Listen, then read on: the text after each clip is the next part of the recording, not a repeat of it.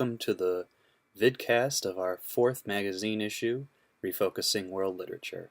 I'm your co-host, Stephen Mihalkov, co-founding editor of Former People.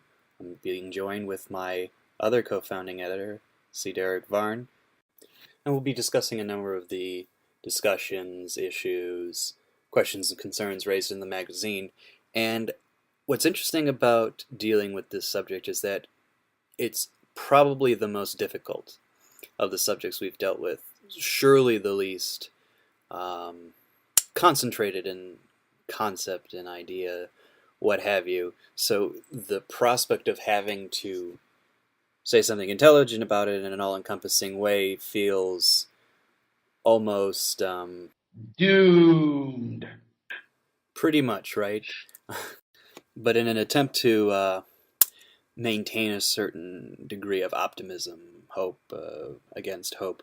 I think if you look through a lot of what we discussed, in particular the interviews, and our interviews went across the globe concerning issues from India to Asia to Italy to Latin America, the questions really seem to revolve around what is this driving force which makes some literature from these regions well-known, world-known, and what doesn't, right? I think it was interesting. I felt like in a lot of the regions, people were sort of avoiding the obvious. For example, when I've asked several people now in relation to both Chinese and Korean literature, why Japanese literature is so much more dominant. I mean, even in the United States, where if you look at the diaspora community of Asians in the United States, for example, Japanese is the absolutely smallest. Like the largest is like Chinese and Koreans, and then like South Asians, and then Japanese. It's tiny. But why so much more interest in Japanese literature? I mean, and you get things about like, oh, they had Japanese literature had the better translators. It had the movements coming out of Pound and the beats, which was also interested in Chinese literature. But you definitely get the feel that because of the focus on Zen Buddhism, that Japanese literature got the stronger backing. And I felt like the elephant in the room was Japan was occupied by the United States and has had for most of this time period either the second or third strongest economy in the world. Like, no one brought that up. You're going exactly where my mind was going when I was reading those interviews. Yeah, that's the unanswered question in my mind, and in thinking about it, right, I mean, there's no surprise in my mind that now, with the rise of Chinese economy and China in the cultural landscape or the mental landscape, that Chinese literature and Chinese film are becoming more and more apparent in Western culture, Yeah, and Korea growing stronger as well. I mean, like, I've actually found Korean literature in translation that's somewhat popular now. Kim Young-ha, Ko-un, these are people that have been read. Plus, there's the diaspora writers in the States like Chang-Rae Lee or E. Chang-Rae, if you're going to pronounce it closer to the way it's supposed to be pronounced. They're definitely much more prominent than you would have suspected 10 years ago. But Japanese literature has so much of a head start. So you have like 30 years of good translations of Murakami and Okutagawa and fascinations with Yukio Mishima, that you don't have with Korean writers. I actually think that's similar to what you see in Latin American literature. One thing about Latin American literature is, unlike East Asian literature or even Indian literature, it's not dependent on the English translation market as much. Because there is an Anglophone world, there's definitely also a Latin world. And so there's enough readers in Latin America and in Europe to pretty much sustain its literary market without translation. It's not to say it doesn't matter, it definitely does. But if you look at Latin America, you see the similar trend. Like I pointed out in the interview about Bolaño and novelists after him in Spanish literature, That it seems like Argentina and Chile are disproportionately represented in both the market in Spanish speaking world and in translation, even though Mexico produces as many renowned writers in the Spanish speaking world, and it's the US's neighbor and has strong cultural ties to the US, it's not well represented in translation. And why is that? Well, the Argentine and Chilean economies have been better for longer. Right, and that brings up another point that every sort of solution you sort of comes up with doesn't feel like it entirely resolves the matter. And there are other ways of looking at things.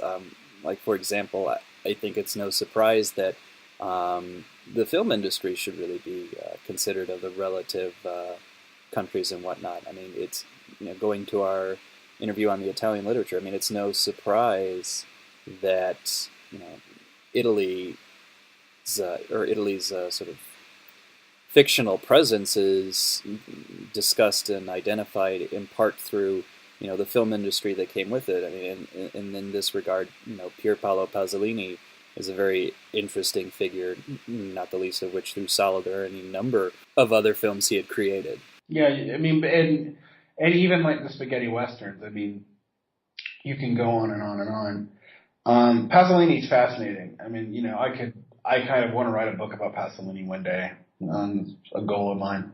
And I think you actually see it similarly with other Asian countries. Chinese movies have always been popular for kitsch reasons, and even now they don't. Some Hong Kong movies do, but pure mainland Chinese movies are still not viewed for, I would say, complicated aesthetic reasons. Some of them are very beautiful, but nobody's like writing about how Hero is as good as Throne of Blood or Ran. Well, you are getting some of it, right? I mean, and you're getting it through filmmakers like Wong Kar-wai, or even though he's no longer Taiwanese now, Ang Lee. In a way, actually, Ang Lee is more of an American filmmaker now, right? It's not mainland. And you're getting, we get mainland movies now. I mean, hell, there's a mainland corporation that now owns controlling shares in AMC, but they still don't have the artistic clout. And there's probably complicated reasons for that having to do with the CCP and all that. And then we won't go into that politics, but it's taken a while. And Korean films the same. I mean, like, you're beginning to see real influx of Korean films and even Korean directors making films in English. So you have the director of the Vengeance trilogy. His movie Old Boy has been remade this year by Spike Lee, even though it doesn't seem to be doing well. And he himself made a movie completely in English called Stoker. It came out a few months ago. Ironically, it came out when I was in Korea and didn't do very well there. Korean art house cinema is also doing better internationally. At the same time as Samsung's become a dominant electronics leader, kind of replaced the position Sony used to be in. The big elephant in the room is, with the exception of countries that are naturally Anglophone, or have Anglophonism as like the dominant second language, the strong economies seem to dominate world literature. And I don't think a lot of academics like that. I mean, I don't think many would deny it. Like when I asked, Rob Wilson about this stuff, he doesn't deny that. He just says, Japanese literature had the better translators. And he's right, it did until very recently. I've read some translations of Korean literature in the 80s when I was in Korea, and it's bad.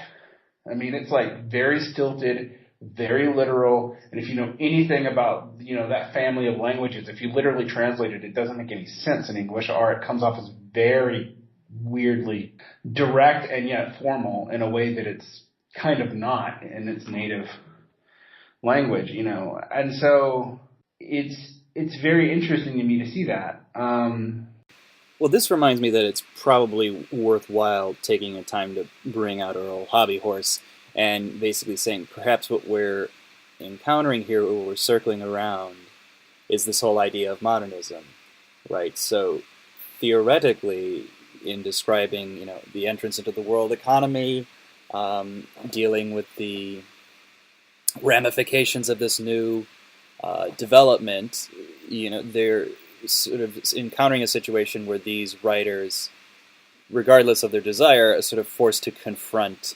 this new world, and as a result, you'll have figures like in Japan or elsewhere, people like Mishima, who, even though they come across as conservative or are described as sort of anti-Western or anti-modern in a way, by in some of the interviews we had, are still nonetheless modernist figures. They're confronting this idea, and regardless of how that comes about, I think that's sort of what we're tearing about in these discussions. Yeah, I mean, it is interesting.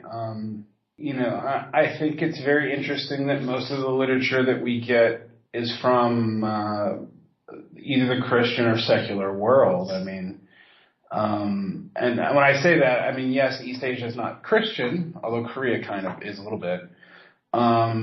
It's very secular. You don't have to know a whole lot about Japanese traditional religion, for example, to read even Mishima.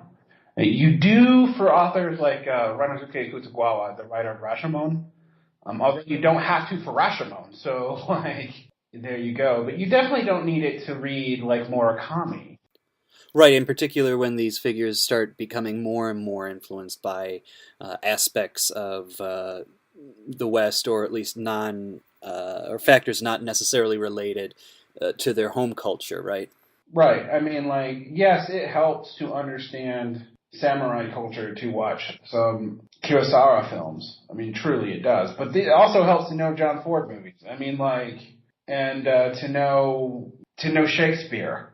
You really have to know Shakespeare to watch two or three of them. I mean, like, Oh, very much so. In fact, I would argue that he has some of the best interpretations of Shakespeare uh, on film, and that does remind me the funny fact that Kurosawa was sort of shunned a little bit in Japan precisely because of his Western influence. yeah, I mean, like, his reputation in Japan has gotten better after his death, I think. And that's important to know. There's a lot of really, really good Indian writers, for example, that aren't as famous in India, or at least not as trusted in India as they are internationally. Anahate Roy comes to mind. So there's that too. I tend to think that literature really is more globalized now, but it's very selectively globalized. And if what you're writing doesn't have some kind of correspondence to, European literary tradition in some form, you're going to have a very hard time getting it published. And I think, that's interesting to me.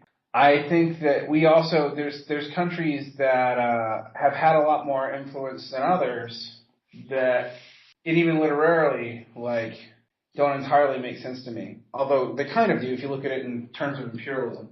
For example, why so much French and Latin literature is considered like part and parcel of the basic knowledge of world literature, but not that much German or Italian literature is. I mean, early Italian literature is, but not Italian literature after, say, 1800. Well, I would say at least some of it is, and primarily that which tends to be more on the religious side. So I'm thinking Dante and Boccaccio. I mean, with some exceptions, the Decameron is not religious. But, I mean, yes. I mean, Dante is vitally important. And then the Renaissance literature, right? Which is kind of religious and kind of not. But after that, you see a distinct fading. Like modern Italian literature as Well, modern Italian literature still gets you Umberto Eco and Italo Calvino. Calvino may be typical of Italian literature, but Umberto Eco is like weird in all literature forms anywhere. And his fame is kind of interesting and very different from a writer like Bolaño in Latin America, or even like Octavio Paz in Mexico. Sure, sure, I'll give you that. But I think the case can still even be made for authors like Alberto Moravia and De Lampedusa, very famously having films made of their work. Well, yeah, but again, that's you can think that on film. And I think the reason why anyone knows Piers Pablo Pasolini in the Anglophone world is because of Salo and the Gospel according to Saint Matthew. Yeah, and his trilogy of life films, so Canterbury Tales, Decameron, Arabian Nights. But people know him for those, probably now more Salo than anything else because of its infamy. They don't know him for his poetry or his criticism. I have to admit, I have only found like Pasolini poetry translated in the library like once, and I don't even think I found it in the States. I think it was in Korea. So I don't remember exactly, but I do believe I found it in Korea, which was weird. Honestly, I can't say I'm surprised to hear that you really didn't find much of him in the United States. I mean, it's very interesting. I mean, Pasolini has sort of been forced, at least in a number of circles, into the category of filmmaker. I mean, that's certainly how I first encountered him. Um, but it's strange, and I think above and beyond Pasolini, in a way, taking it a step further, Italy is like that too, right? I mean, now Italy is sort of tied part and parcel with Latin America in terms of being identified with magical realism, right? It's magical realism, which is even a thing. And you and I have had this conversation before, but now that the interview's out, I can talk about it. I also don't think magical realism is a thing that actually exists in anything other than Gabriel Garcia Marquez and maybe Borges. And I don't think Borges thought of himself that way. No, I hear you, but I mean, to be fair, I mean, it doesn't really matter what the authors sort of categorize themselves as. I mean, we have a notion which we've constructed of magical realism, and Yeah, but the thing is, they're only fairly called that in English translation. I mean, so it's like we have a genre that to us represents Latin American literature, and I'm not going to say it's not a genre. I mean, I agree that the self-identification is can get problematic. The thing is, like, we use that genre to characterize the dominant literature of a region, in which it doesn't at all. Then we try to like fit in people who don't really fit in into that. So like Carla Fuente, who wrote The Old Gringo, which is about Ambrose Bierce, has been labeled a magical realist novelist, and I don't understand how. Like, I don't get it. no, no, no, I hear you. I mean, these things can get really sort of crazy how people get put together. I mean, and also it's like with the other sort of elephant in the room we're not really talking about is the other major figure who is tied to magical realism, namely Salman Rushdie, who is Indian Kashmiri, who mostly operates in England and the United States. Well, yeah, but I mean, like, that's interesting because he has nothing to do with Latin American literature. I mean, like, there's some hints of Kashmiri stuff in there. I mean, particularly his most controversial books, actually, are some of his most regional ones. But at the same time, like, he's pretty. I mean, it would be like calling V.S. Naipaul a representative of Indian literature, which would be laughable. Oh, yeah, very much laughable. And in fact, I think it's laughable to think of V.S. Naipaul as representative of anything other than V.S. Naipaul, to be perfectly honest. Yes, I am V.S. Naipaul, and I don't like anything. And I actually sort of, I was going to say, I disagree with him a lot. Although his book, A Turn in the South, where he goes through the southern states, is actually, as a southerner, and as a fairly quote unquote progressive, we'll say that without sneering, but as a not Southern Baptist southerner, I really sympathize with that book. But yeah, I'm sure that I know he's intensely unpopular with a lot of people in India. So, but I mean, Indian literature to me is the odd man out, but it's easy to explain. Why is there so much good Indian literature in translation, or not even in translation? Because doesn't need to be translated. Like, Right, the prevalence of English in the subcontinent is extreme, to the point of rivaling the so-called native languages, and you really don't need a translator for that. and there's plenty of people who can, even when it's not originally written in English. So Tangore's not written in English, but like everybody can speak English. You can find good translators. Yeah, this may be a tangent, but it does remind me of what you're describing, sort of like in the oversection of languages, cultures, availability. It seems like we're forgetting a very important knot in the world literary discussion, which is namely the immigrant novel or the immigrant experience, or however you want to take it. I mean, the immigrant experience, like, I wrote a paper in college where I was basically making fun of all these, this was when the Indian and Korean immigrant novels were really becoming popular in the 90s, early 2000s. And I was like, I can jot this out. It's the same thing as the Jewish immigrant novel. There's some connection to food. There's some dating of, the Goyim. There's some going back to not dating the Goyim. I agree. It can be quite the predictable genre at times. Yeah, I mean, like, I like Jhumpa Lahiri. I don't want people to think I'm making fun of Jhumpa Lahiri, but her first two books fit this format, like, perfectly. And the same thing with Chang-Rui Lee. His later books don't, and I think they're more interesting, but they're not as popular. Right, right. And I guess that could be somewhat related to either like a marketing thing, but more than that, I mean, I guess there's a question of um, audience, I suppose, right? I mean, this could conceivably be something that more American style audiences would like. I mean, obviously, the immigrant experience is going to be different, and not everybody, is even an immigrant per se. So We didn't talk about this much in the interviews, but they were brought up because we were talking about the differences between, say, Korean literature and Korean American literature. The Korean American literature definitely fits the sort of profiles that you see developed in early 20th century Jewish literature and Irish literature. I mean, Irish American literature. It's very similar. Now, part of it could be like, you could say it's the archetype of the American experience of an immigrant. I think there's some truth to that, although part of me thinks that's bullshit. And I think part of it's like it's almost a genre in itself.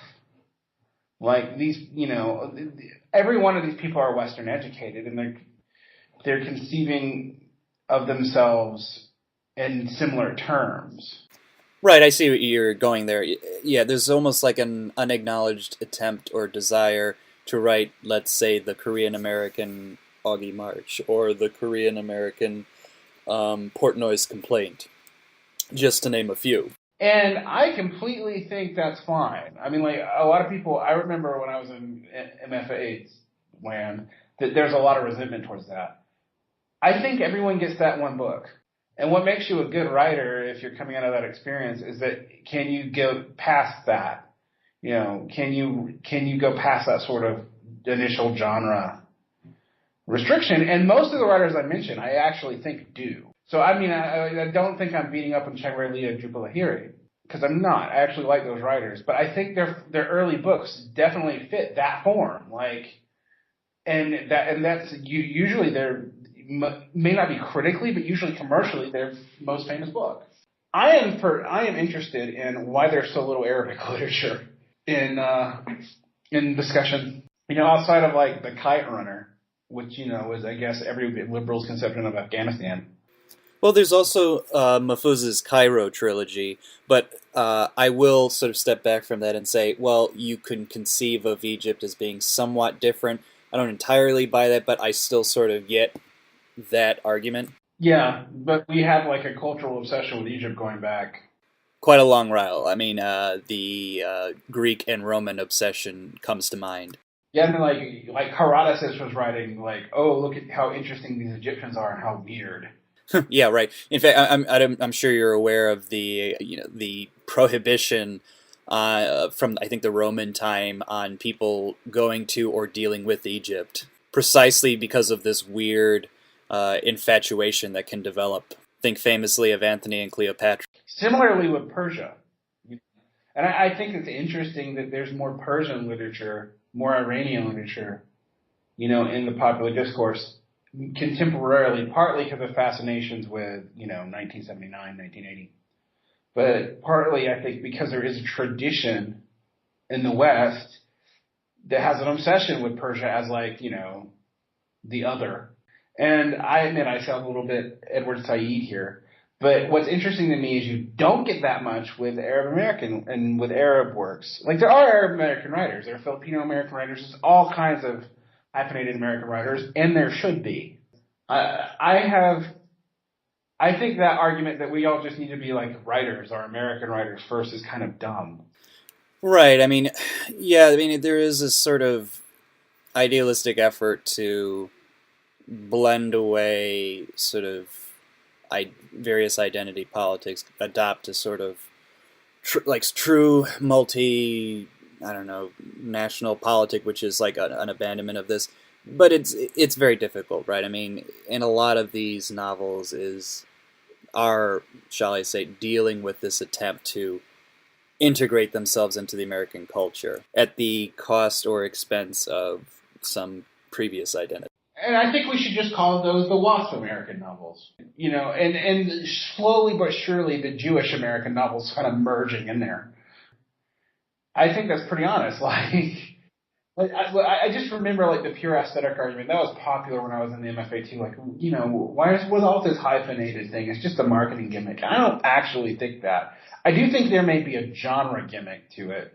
Well, I think the archetypical immigrant experience story. I don't think people like set out saying, I'm going to write the archetypical immigrant experience story.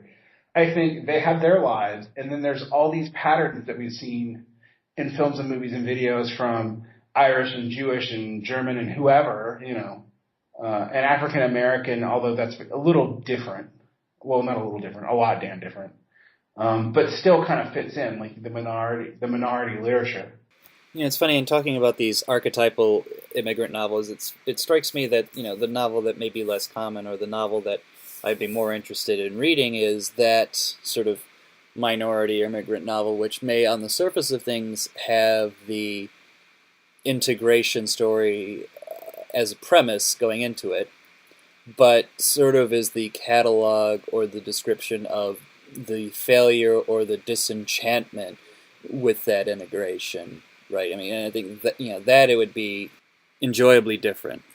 The best book about that would actually be a book about whether that can't happen and whether someone wants it to, and that's The Invisible Man by Raphael Ellison.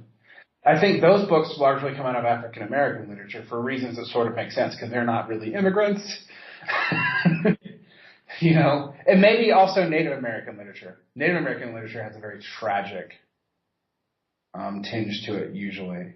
Cause, it's kind of actually tragic. We can kind of spin it whatever way we want to, but there's really no way around that. And I'm laughing because it's actually painful to think about.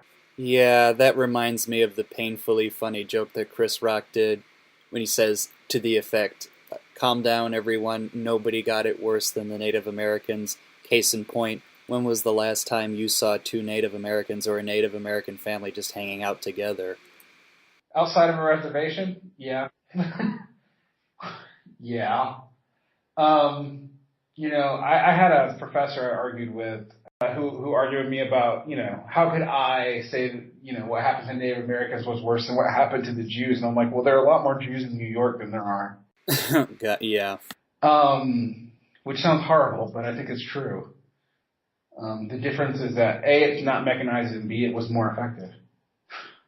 And somewhat accidental in some ways. I mean, like, the Northeastern Indians weren't deliberately wiped out by smallpox. I don't think anyone planned that.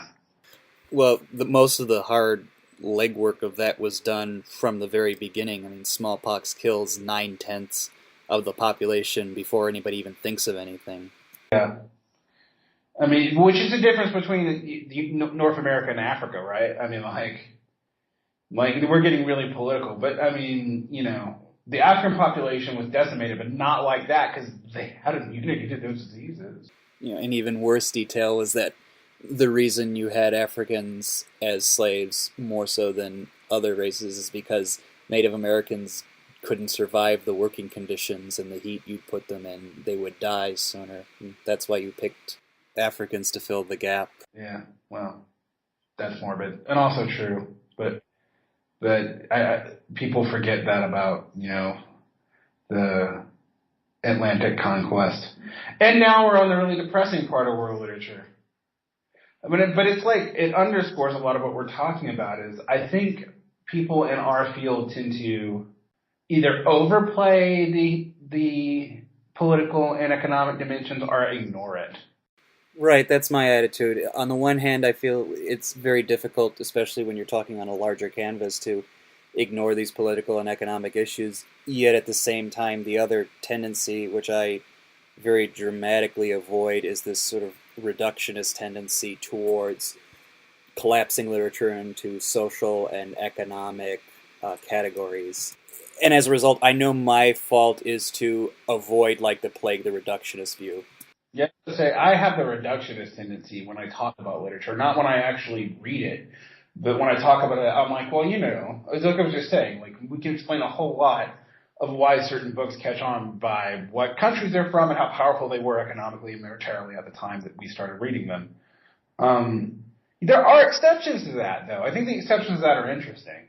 Right, the exception that comes to mind most clearly is the Latin American literature, in which Latin America, regardless of their regional strength, were the strongest powers economically speaking in the world. And Chile have good economies, but they're not like, Nor do they have like leading film industries comparatively speaking. oh, that's interesting. That's something to talk about. Like they have a strong internal film industry, but it's not like Italy where we had all these Italian, we had the Italian movie renaissance of the 50s, 60s, and 70s, basically. And Latin America's like had a couple of individual movies that are really good like that and have been popular abroad, but not like you can't think of like an industry. You don't think of like directors. Right, the few directors that I do think about are generally those working in English. So most clearly, contemporarily, Guillermo del Toro, and his obsession actually is with Europe. Yeah, that's what I'm saying. Like he's got this weird obsession with the Spanish Civil War that shows up like in two different movies. I also forgot that brief period of time when Buñuel was in Mexico in exile to make Exterminating Angel. Yeah, and I think of like Alfonso Cuarón, and like I think of a lot of Latin American directors, but they're working in English language, like they're working in English language film if that we know them very well. I mean, and I live in Mexico. There are tons of awesome Mexican movies we don't hear anything about. Yeah, I find that really interesting, especially if, putting it crassly speaking, Americans seem to have an obsession with Mexico, not only just for it being in the news, but I mean, like, people just love, authentic Mexican food, let's say, and, other cultural bits and pieces. Or like, there's a whole lot of Mexican cultural influence in the American Southwest. Like, oh, I don't know, it was part of Mexico for 30, 40, 50, 60 years. I mean, depending on how you really draw that. Maybe 200 or 300, but really. Yeah. I mean, it's funny. It's like, and like, it's not like Mexico may be poor, but it's not that poor, right? Right, and it's not like Mexico's a super weak economy either. I mean, everybody in the United States stupidly thinks of it as kind of, well, not everybody, I'm generalizing, but a lot of people in the United States think of it as a third world. And yes, parts of, say, Chiapas or Oaxaca or the poorer parts of the Yucatan are, but parts of it aren't. Oh yeah, Mexico City is filled with very wealthy people and very strong immigrant population too. Oh yeah, so Mexico City's awesome. And well, in the north, even in the drug war ravaged north, you have strip malls, man. I mean, like, it's not that different. The peso's not that weak. Yeah, and even going beyond that to the drug war you referenced, you would think that even something dramatic like that would at least be drawing our attention to the point where we're interested, even in the very least, with Mexican literature that deals somewhat with this topic. And maybe I mean, it's possible I'm not paying that much attention, but I just don't really see that going about right now. But the hard thing about that is you still haven't seen, even though, like, yes, like, parts of 2666 are about Juarez, Bolaño's not a Mexican writer. I mean, he lived in Mexico for a little while, but he's not a Mexican writer. And I don't know that the current narco wars, which have gotten Mexico all over the news, have helped Mexican literature a whole lot as far as like its reception in the United States. Maybe I'm wrong. Maybe maybe that's why people read Bolaño, and maybe it's just Americans can't tell Spanish people apart to sound really crass. It's like, oh, this is it must be Mexican. Maybe those Argentinian Mexicans. Yeah, that's truer than I want to admit. I say that because I've actually heard that said. Um, like I'm not. No, no, I believe you. In fact, the funny thing about that is I know that most Latin American countries will not get along with each other and only do insofar as they're united in their hatred of Argentina. Yeah, even more than their dislike of Americans, believe it or not, because Mexicans, I will say, don't hate Americans that much, which is kind of amazing. Um, to generalize, I mean, there are of course people who do, but for the most part, they don't. Whereas, for example, I have friends that live in Honduras, where there's a lot more like direct anti-Americanism. Yeah, that's interesting.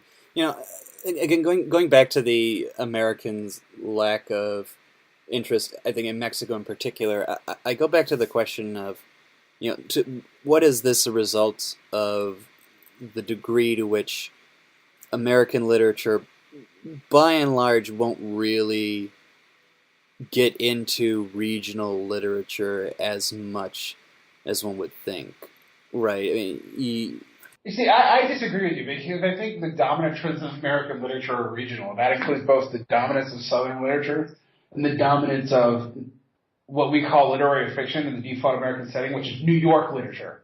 right, but I would say that proves the point because those are arguably the only two regions in which we allow that to happen. Well, yeah, but I mean, no one calls New York literature regional, even though it is. I mean, like, it's like calling movies set in LA regional. Yeah, that is sort of becoming a hobby horse of yours and mine, our sort of ongoing critique with the New York centric view of literature, which I don't know if I ultimately want to purely maintain it, because I mean, there is good stuff coming out of New York. Yeah, consider we both work well, I work in literature, and you work in, well, something businessy. We should probably be kind to New York. Well, yeah, for sure. I mean, enjoyed the few times I've been in New York. I know people there who are doing interesting things, whatnot. I enjoy visiting New York the same way I enjoy visiting New Orleans and San Francisco. Yeah, and also I don't live there. I don't live in the United States, but I mean, even if I did, I wouldn't live there. Um, so, and now we're completely talking. We sound so parochial. We try to talk about world literature. We end up talking about America, and that's so American.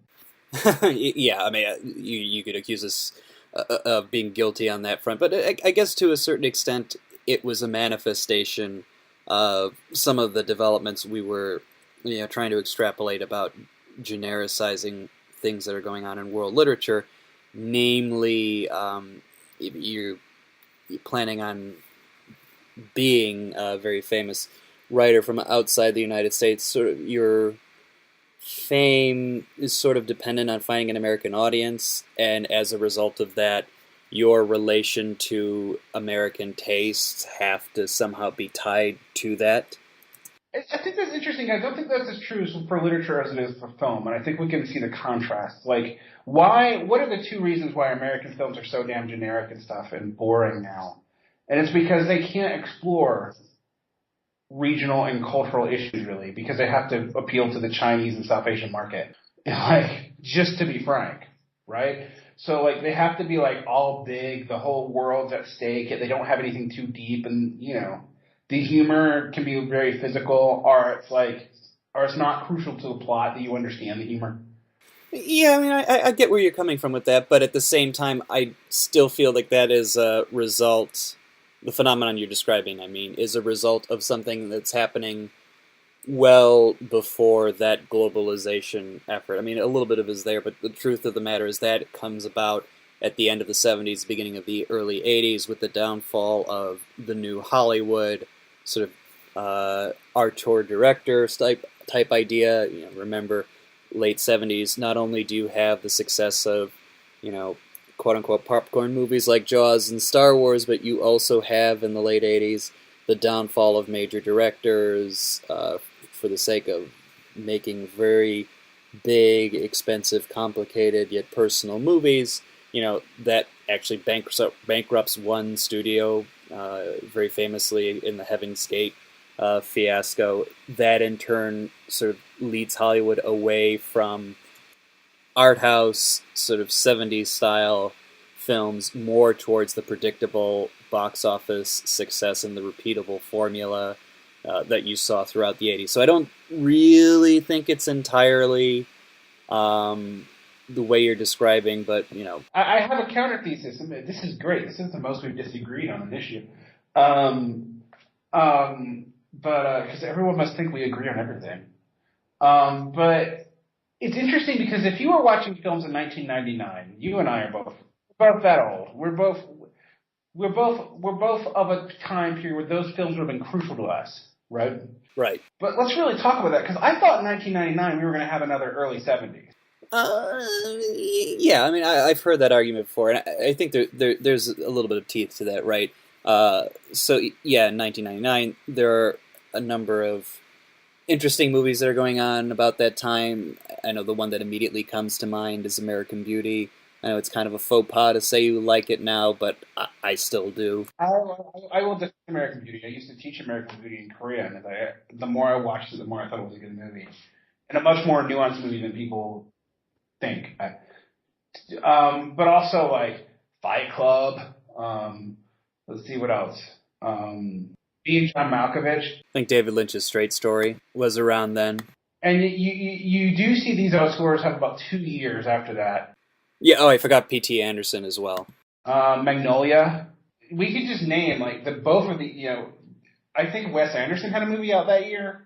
Rushmore was out in '98, and The Royal Tenenbaums was out in 2001, I believe. So okay, so like right around that era.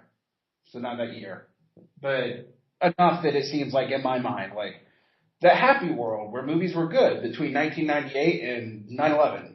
But the one thing that I think the biggest thing you can see is you see the return to blockbuster form, but it's also like those movies aren't going to do well in China. I'm just going to be frank, they're not. What's interesting to me is with world literature, I think you do see some of the washing out, but then again, I don't think you always do. I mean, let's be fair. There's some amazing stuff coming out in translation in English that's fairly popular, considering that most of the population doesn't read.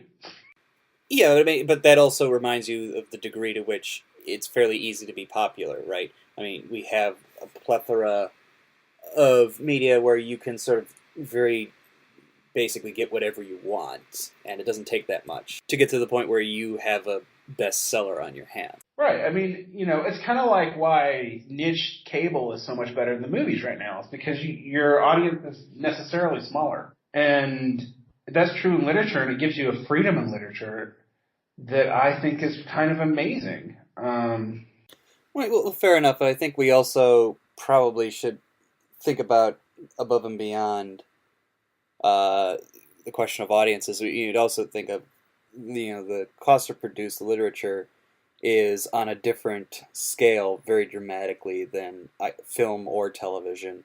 So that's just something you have to consider at the forefront. Not to get into God, I'm gonna sound Marxist on a literary podcast, but the cost of reproduction of the human subject is kind of low. You just got to keep them alive. And you can do that by just making sure they have enough time to have a job. I mean, which is, why we have this rise of the dilettante culture, I think, in the literature. I know, I'm not going to mention his name, but you and I know a semi-famous short fiction writer who works in weird fiction who still works as a waiter, and he's got an award-winning book. Yeah. Not to be all depressing, but, ROI, I know, and yet, weirdly, I also know people who no one reads outside of academia, and by academia, I mean MFA academia, who have pretty stable jobs in writing. It's very weird. Well, the other thing is I don't entirely know what the condition of various authors are in other parts of the world, which I think is crucial to really think about. Well, I don't know. I mean, like in Latin America, I don't know what I do know from my contacts in India that a lot of them have day jobs. I mean, frankly, most writers have had day jobs through most of history. If their day job was just like teaching the nobleman's kid. Right. Well, we've sort of already had that discussion about how this was a sort of unique period in American history where the author managed to make a very decent income from writing, and it's very limited, right? right after World War II. Yeah, and it only really lasts as a sort of half-century phenomenon before it sort of peters out. You could make where I mean, there's still mega authors who never have to work again, but there's not nearly as many. Right, and this sort of brings me back to my old hobby horse of the increasing prevalence of material creating increasing fragmentation of the audience for literature. So, you can go literally wherever you want to get whatever you want at the cost of having some sort of cohesion. And so, like, you really just have increasingly minor and minor audience numbers, which also translates to what you are able or not able to pay. Now we have infinite space and infinite writers, but not a lot of stuff to pay them. I mean, I say this as a semi-professional writer myself. I have an MFA. I work around literature. I'm not the most successful writer. I'm a poet. None of us expect to make money, which is another thing altogether. Like you go in, it's a weird field when you go into it knowing that you have economically doomed yourself in what you actually primarily do. But, you will make money by things tangential to that. It's just very strange. Yeah, you sure are painting a very not optimistic story, putting it nicely. Maybe not bleak, but we're getting there. Refocusing world literature. Economics suck. The end. No, I mean, Yeah, I mean, it's funny we conscientiously try to avoid politics, and yet this episode we keep on going back to it. Um, I mean, in some sense, I think it is necessary for what we're talking about, just simply by virtue of the size of what we're talking about. When we're talking about everything, I mean, this stuff just happens to keep coming back. So, as much as we want to avoid it, I mean, I think it is necessary at this point. I would prefer not to talk about politics. I already talk about politics on other podcasts. But no, I mean, I agree with you. And I think that's going to be a big challenge. And oddly, I think a lot of the non-English literatures will be better suited to handle it, quite frankly, because the pool of writers in those areas is smaller because the market's smaller. I mean, that may not be true in Latin America, to be completely fair, because you're still talking about a huge section of the world, and China's weird to talk about because of the relationship to the state. But definitely, like a lot of these regional literatures, I've read a whole lot in Bangladeshi lately and in Bengali. Translated from that. I think those guys will do fine because their audience is small and they never expect to make a lot of money in the first place. But to be like a writer's writer now, you have to. It's a lot like when you read about the early days, even when there were still a lot of magazines like in Asimov's and Weird Tales and all that. But you read about like Lovecraft or Philip K. Dick's time period, and it seems like it was a lot like now. And as weird as that sounds, that like writers got paid very little. There was pay, but there wasn't much. There was tons of magazines to print in. But they were very ephemeral, didn't last very long. We've lost a lot of that literature. And you see the same thing with the internet. Except it's like even more because there's very little overhead to put anything up. As our own magazine is proof of. So. Yeah, it's funny. It reminds me of something that you had mentioned earlier at another point, which was the degree to which we are in a state somewhat familiar to that era of pulp writing that we had talked about in weird fiction. We're going to talk about to a certain extent in the SF work. I'm wondering, what is that then doing to the writing? In a way, we've made the case that pulp fiction is pretty strong. In fact, very strong. Maybe as strong as it's ever been. And by pulp, I'm generalizing a little bit for genre writing, but that is an interesting thing to bring up. I wonder. I really do wonder about. This will be something I would be fascinated to find someone to talk to us about. What is pulp literature like everywhere else? Like, not Europe. Europe's not hard to figure out. Nor would Japan be, I'd say. Yes. There's manga and yaoi and all that crap. But, okay, and in Korea, there's not that much of it because it's heavily censored. And if you really want to understand pulp literature in Korea, you really need to know a couple things. Koreans actually don't read that much literature. Historically, they read a lot of nonfiction. They're a reading society, but they're not like a fiction society. in that much. I'm not saying they don't. That's an overgeneralization, but it's still kind of a true one. Yeah, going similar directions. China is the big mystery there. I mean, I really don't know what's ultimately happening on that front. And also, Latin America is fairly opaque. I imagine some of it's like Europe, but for the most part, question mark. Right. Like, what is that stuff like? I should go down to the Gandhi, which is the Mexican Barnes and Nobles, which is doing financially better than Barnes and Nobles. It's still going to exist in a few years. Well, right. Well, the thing about Barnes and Noble is that in terms of book sales, they're doing quite well. I mean, what is really troubling them is their e-reader gambit. Yes, because they couldn't compete in the Kindle. But the thing is, they put so much money in the Kindle, they still might go under. I mean, not Kindle, Nook. Oh God. And I have a Kindle, which is incredibly convenient when you travel countries and you read as much as I do. Yeah, that's the ultimate use case for the e-readers. I'm still in a position where I can focus on reading actual physical books, which is still my preference. I used to be. I'm now a derelict and have gone completely to the screen. I found myself reading a book the other day and like thinking, I wish this was on my iPad. And I was like, oh my God, what has happened to me? But Yes, perhaps one day we will forgive you. But turning back to the topic at hand, and thinking about this intersect between world literature and quote unquote pulp literature outside of the United States, I think it's interesting that we should really go back and touch upon one of the stories we received and published this month, which was The Ashen People by a friend of the magazine, Jayaprakash. It's interesting to keep in mind that this story is very much in the Lovecraftian tradition, but is still its own thing. it has a very Indian feel to it. Like, Yeah, you're totally right, and I think we should, let's actually spend a few moments talking about, the basic structure of the story.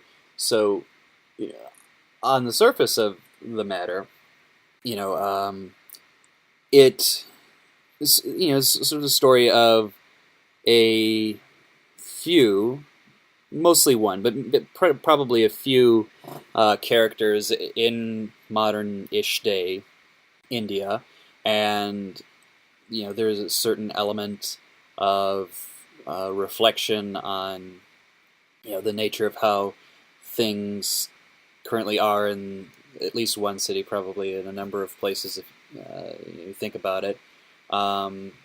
Certain images crop up which would have been, let's say, are very typical of certain, I hate the term, post-colonial literature. So there's a reflection on the development of these new sort of, I guess you'd call them sort of cyber cafes. And what you get throughout this section of the story is really, issues concerning, I guess, questions of authenticity, the encroachment of Western values, whether or not those are or are not authentic, yes, to be sure, but also their relative value, how they're changing the shape of things to come. You are getting something of what we would really think of as belonging in the tradition of high literature. And then you get the wrinkle. We begin to enter the Lovecraftian zone with the secret, dangerous, unknown book that comes in, and the exploration of what this sort of dangerous text, a la something like the Necronomicon, what it means and what it reveals, and again, sort of turning back in on itself, that is a text which deals with not only the Ashen People, but also more or less Shiva. And what's interesting in the story is that Shiva then gets identified or is explored through the language of, or the at least the idiom of the elder things that we found in Lovecraft. So it's a very interesting take on Indian contemporary and also historic culture, which is really a fascinating story. And what's interesting is that it's a story which only could come about by virtue of that Western influence, that weird fiction influence. You do see this sort of like very influence from a Western tradition. Weird fiction. I mean, weird fiction itself. The fascinating thing about world literature is weird fiction itself is arguably influenced by things outside of the Western tradition itself. I mean, it's influenced by like Fin de Siècle writing. Okay, that's very Western. But it's also influenced by a lot of like Orientalist tales that came out in the 19th century, if you want to be completely honest. True, true. But the other interesting wrinkle is that the main practitioners we associate with weird fiction tend to be very Nordic men, and some of them rather very inclined to keep it that way. Oh yeah, I mean, Lovecraft like had a problem, so racist he had a problem with the Dutch. And I'll also say that mild it out as he got older. The racial, at least in his fiction, the racial stuff got less vehement. But let's not rehash the Lovecraft stuff. That's very much like an arch Western thing. It's influenced by non-Western literature, and yet sort of like denies that. More so in like Robert E. Howard, I think, than even in Lovecraft. But that's neither here nor there. So you have this weird circular thing. You have these things going back, and being very picked up by these English-speaking, relatively well-educated, usually top two caste, if we're honest, Indian writers. And they do a lot with it. And yet, it does have a real feeling of and even like, and not in like an exoticized way, like there's a real ambivalence and struggle with Indian culture in this work. Yeah, it's funny in thinking about it. That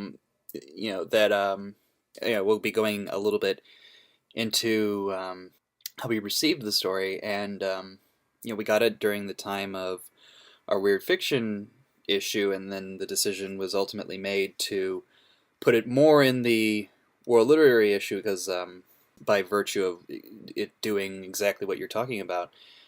And what was interesting about my first reaction to the story is that I saw it more along the lines of using the Lovecraftian tropes as a means of demonstrating the authenticity of the sort of Indian Hindu experience against the Western view. So, namely, you have the view of the inauthentic Western values cropping up compared against the very dramatic, awe-inspiring conclusion, which is the manifestation of Shiva. And at first I thought, well, that's very odd. Almost as if like are we playing the normal game of saying like, oh, the non-Western area is authentic, West is inauthentic, and then having that game play out. But realistically, when you look back on it, it's like when you have Shiva depicted in the way that an old one is depicted, you really are exploring that ambivalence in a very direct way, because the old ones are not there in a sort of protective way or a pleasant way or any way that wouldn't result in you sort of cowering in utter fear and terror and most likely realizing your imminent death, right? I mean, so when you add that all in together, it's like, wow, that is a really creative way to really express that anxiety, and it completely was something I didn't entirely grasp it right away.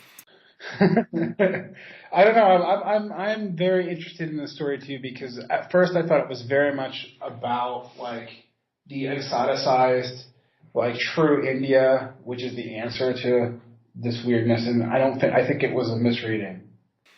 Right, yeah. I mean, that is definitely something I realized after rereading it a few times. And, but, at the end of the day, I mean, like, I think, it's a really, really interesting piece to explore. And then to go into some background, I know there is a possibility that Jay may revisit the story and expand upon it. And I think perhaps our misreading will become less and less likely to happen for other future readers, because I think he's going to perhaps explore more ideas in that vein in any subsequent retelling of that story. Right, and I think, Jay, maybe not even realizing he's doing this, is very much playing with ideas of invented tradition and like the tension of post-colonialness. It's not, he doesn't that story is very cynical about authenticity. I think both Western and non-Western, in quotes, And you know me, when I lived in Korea, I began to hate the word Western because I was like, there is no such thing as Western culture. Right, you probably have more of the smorgasbord view of things. Yes, there are Western cultures, by which you probably mean Judeo-Christian, semi-Islamic culture, except for Russia, and except for most of the Islamic world outside of Persia. But whatever. But then when your criterion of Western literature is that broad, it's like, well, then like half of India belongs to it.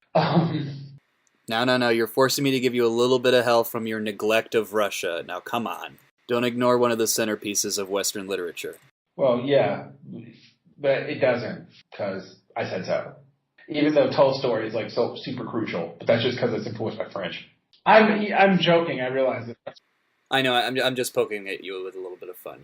Even Turgenev, who's underread, I will add. People need to read Fathers and Sons. It's a good book. And A Sportsman's Notebook. Yeah, that's a good book too. And also read modern Russian literature. It's good. Not just Nabokov, which is also good, but arguably not Russian since he's writing in English, like from his fourth novel forward. No, it's much later. It coincides with his moving to the United States, and his first novel in English, I believe, is The Real Life of Sebastian Knight.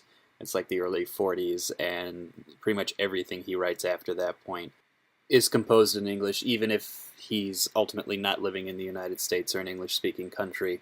Yeah, which is sort of amazing. I just want to add that Lolita is composed in English. That's amazing to me. Like, when I think of that as like he's composing his second language. Well, it's hard to really call English his second language since he's almost born with it. He's dual lingual pretty much from birth. Right, he was dual educated in Russian and Right. English and Russian and French, and he's both reading and writing in pretty much all of those languages. He was a precursor to third culture kids. I mean, used to be only nobles were that. Now everybody's a third culture kid, it seems like, as long as you're not from the United States. Because apparently we just don't bother to learn other languages. And it's interesting. It's interesting about that. One of the interesting things I think that I'm learning from this Indian literature and also from when I lived in Asia, I don't think like English will be said to be our language for a whole lot longer, which is going to seem strange. But I think since it doesn't seem to be going away as a lingua franca, even though U.S. power is decreasing significantly, and it's because all these places, particularly in Asia, have used it as a default second language for 100 years.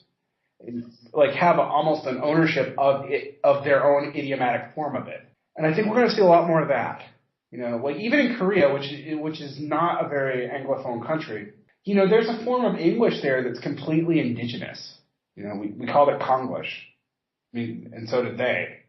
Right, it seems like English is going to go through a period of fracturing into various new dialects that are emerging. There's going to be a bunch of dialects in which we can all understand uniform global English, but that means that like U.S. English or Commonwealth English isn't going to matter as much.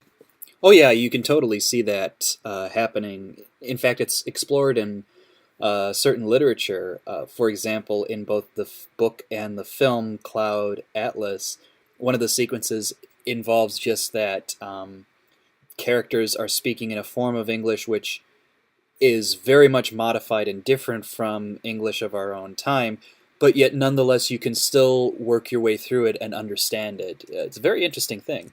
Right. And I think that's, they also play with this in Firefly, but not as well, where there's like, Chinese influenced English and sort of a globalized Singlish, which I think won't be the way it is. I think it's going to be more like a billion regional dialects again, with a standard dialect, which we all can kind of communicate on. But I think that's going to emerge, as the American movie industry has to actually compete with other movie industries in English. That's going to happen. And that's going to change world literature significantly. Right, yes. City speak will soon be upon us before we know it. Blade Runner, okay, just as a side note, and since we're going on all kinds of tangents on this episode, like our last two episodes have been focused. This episode is like, let's talk about world literature. Woo! And by world literature, we mean everything, even stuff that's not written. Blade Runner is oddly accurate to Tokyo and Seoul. as of right now. Like that cityscape is very much an Asian cityscape. Oh, that's clearly intentional with the gigantic faces on the billboards, what have you. Yeah, I mean, I know you probably had Tokyo as a model for that anyway at the time that it was made, but it's you can see similar things in Shanghai and in Mumbai. Well, I can't speak to Mumbai personally, but I know I can speak to Shanghai and I can speak to Seoul and I can speak to Tokyo. I'd throw Singapore into that mix while we're at it. Well, Singapore is a little different, but yes, there's multiple languages and there's lots of different kinds of people, and it's bright and has a lot of neon. So there you go. And I'm really interested in where this is going. I think, the one thing that we should really try to do, there's a scholar who I've had a few conversations with called Wai Damak, who writes on, rethinking world literature.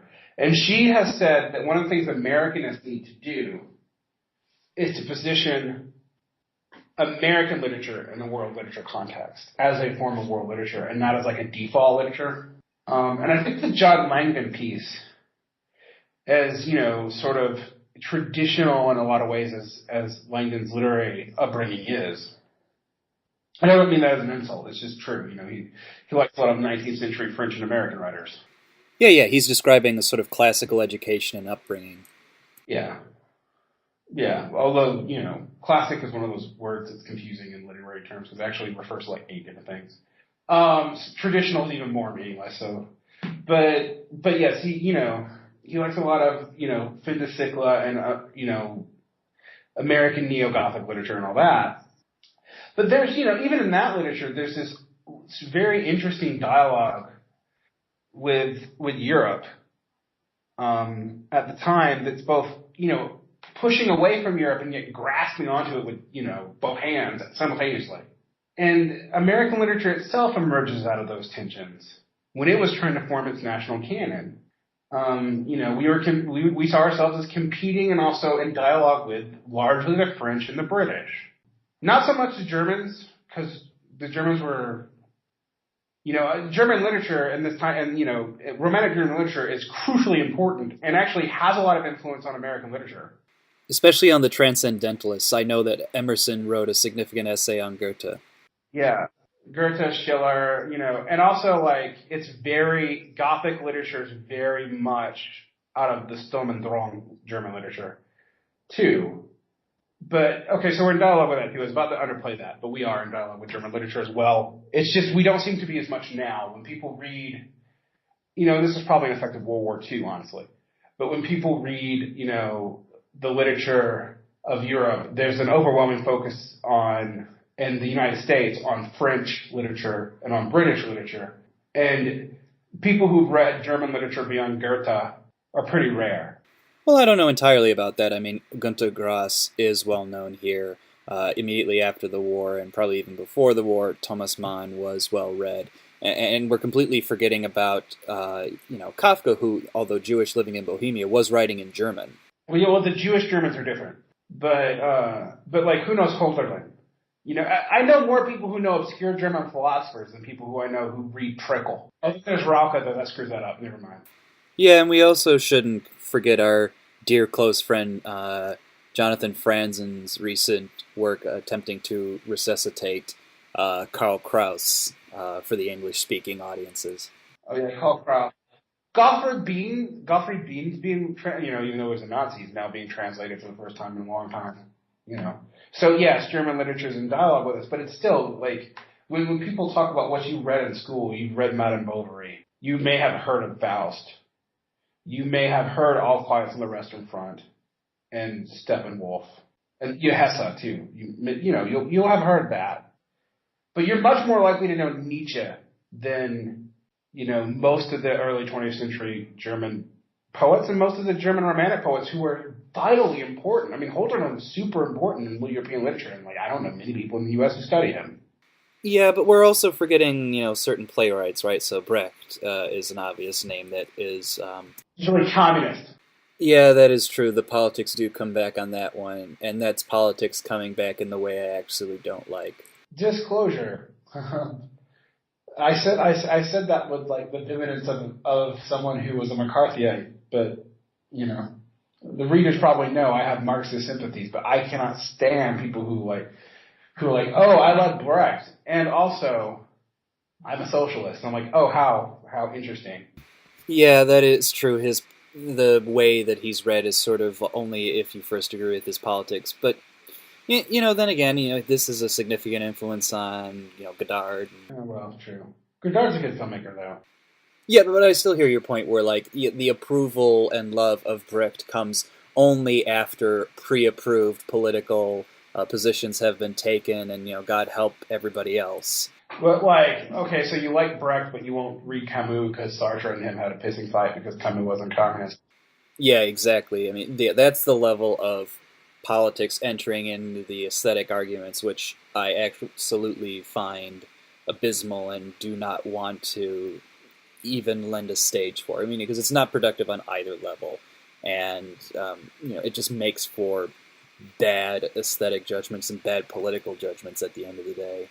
Right, and you and I mean, it should be known, don't share politics. Really, we come out of a similar frustration, but like our politics are probably slightly like I'm more lefty than you. Though funny enough, we come out of the same political project at one point. Yes, and now the dark secrets come out.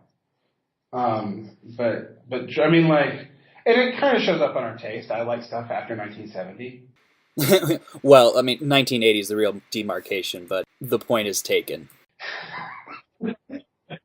I'm just picking on you. It's usually Jewish. What's up with that? Yeah, I pretty much read a lot of middle-aged Jewish men from the mid-century. I may not be a Jew, but I'm definitely feeling Jewish. Yeah, you're a Pole. One of us here is actually sort of Jewish, and the other one's not. And who reads more Jewish literature than whom? I mean, It's true, really, no one else does.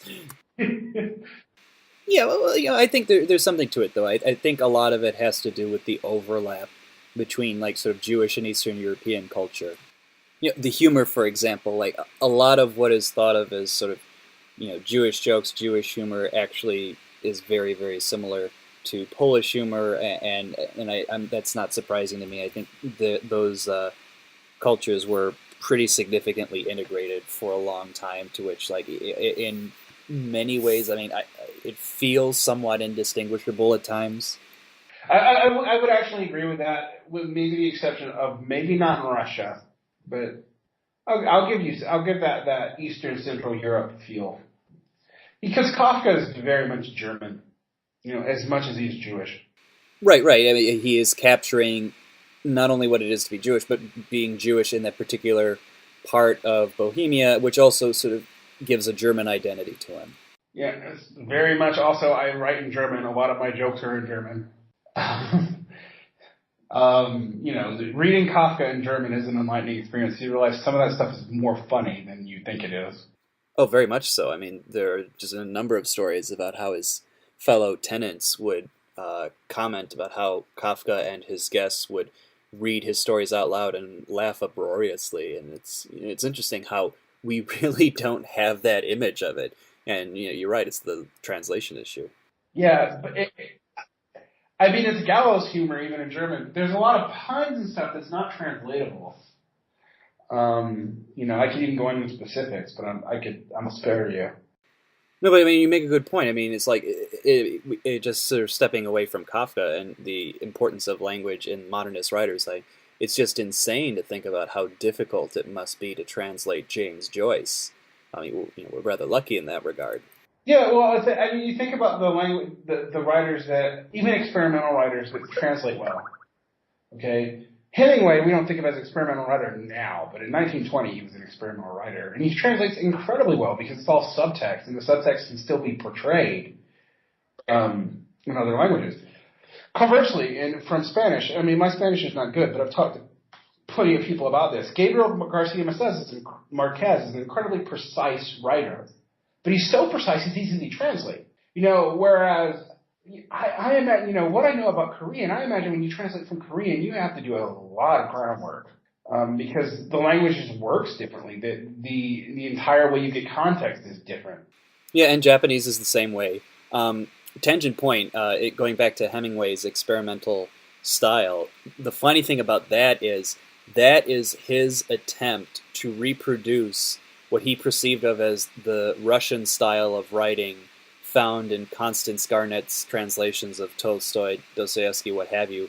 The joke being is that particular type of staccato writing is a result of her mistranslations as much as anything else. Well, one of the discussions that came up in the Rob Wilson interview was how good bad translations of Chinese and Japanese were for Asian American literature and for the reception of classical Asian poetry. Like Pound did a huge service to Chinese and Japanese literature, and yet those translations are like wrong. I mean, Right, it's like way more than a liberal translation. they're embellished and modernized. So a lot of people read like classical Japanese poetry and classical Chinese poetry as way more modern than it actually is. Because in the idiom that it was translated in, and because of the way, some of the things with ideogrammatic languages, it just comes off as less embellished than it is. Because the embellishments are quite different. They're not, they could be in character choice or, in particle endings in Japanese. And you're not going to see that in the translations, and I had this big, sort of argument about how like the Pound Gary Snyder beat use of Asian literature, like when combined with, people's penchant for loving William Carlos Williams created a monster for a while where everyone was writing these stripped down poems that were super zen or whatever. But we're not really in the vein of this poetry in Chinese and Japanese at all, as I thought it was. But that's because it's easy to translate, because it comes out, you can translate these languages that are very different. The idiom can be much more in the natural idiom of the language, because you have to do it anyway. Whereas something that's closer, like Spanish, a lot more of the Spanish like rhythms and discourses might stay in the work. But anyway, on that note, we should probably end. This has been probably the most fun we've had on this. It's also probably been the least focused. Yeah, that's probably true, but at the same time, it's the nature of the subject. It's very big. I mean, we could very much have modernism and world literature part 2. You notice that this is part 1 of, like, I don't know, whenever we feel like doing a world literature issue. That's not a specific region. Because I'm sure we'll do it a lot. Next month is the freebie month. It's like our first month that has no theme. So expect all kinds of wildness. It's also going to be a double issue because we don't produce an issue at the end of December because, holidays and time. But you can expect a lot of interesting things. It'll be a very diverse issue, that's for sure.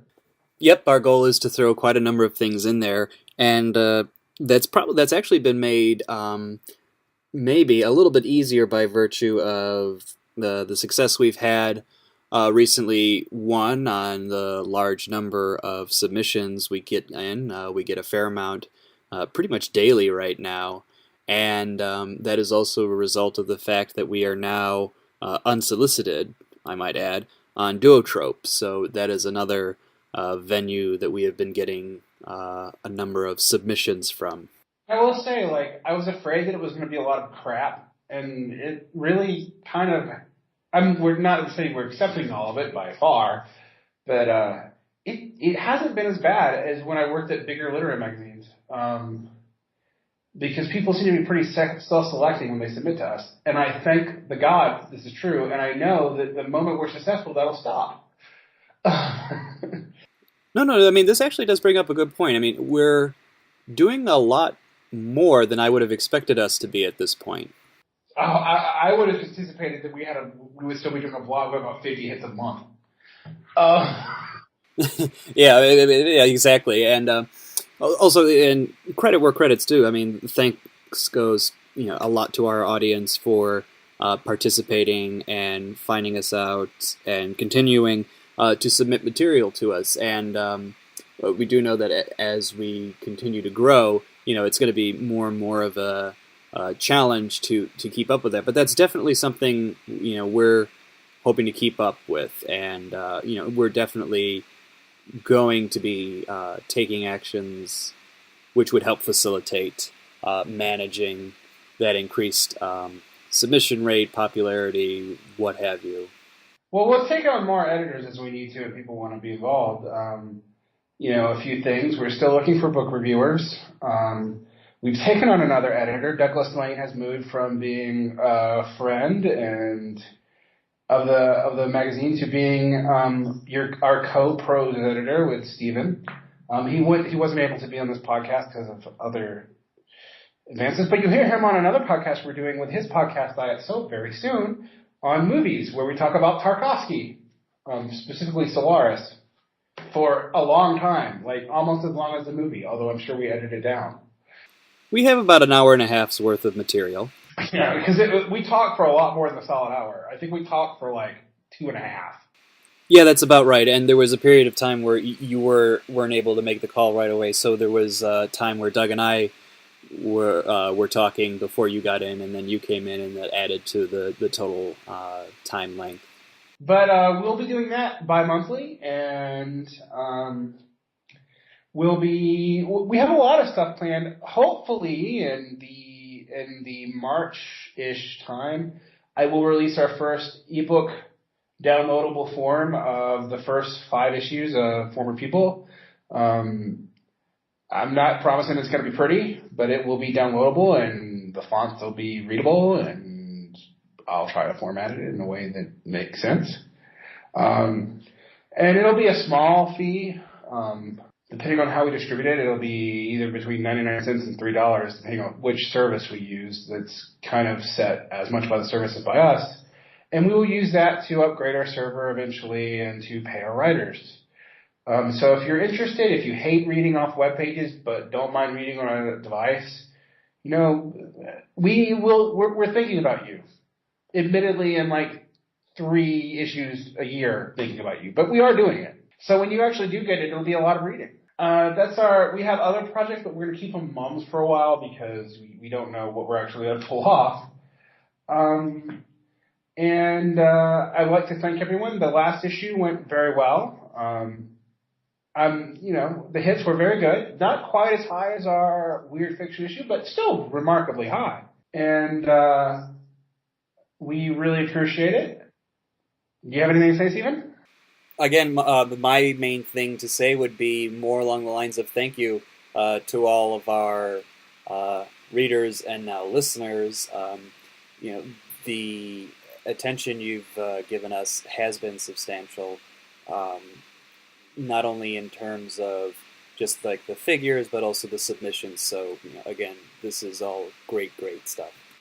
I'd also like to draw your attention to the issues after next, which will be on the avant-garde. What is the avant-garde in the February issue, and the March issue will also be paying attention to mid-century science fiction, particularly that of the 1970s and whatnot. For sure, we're doing one on science fiction, and I kind of want to do one on Russian literature, but then I realized I have to read a ton.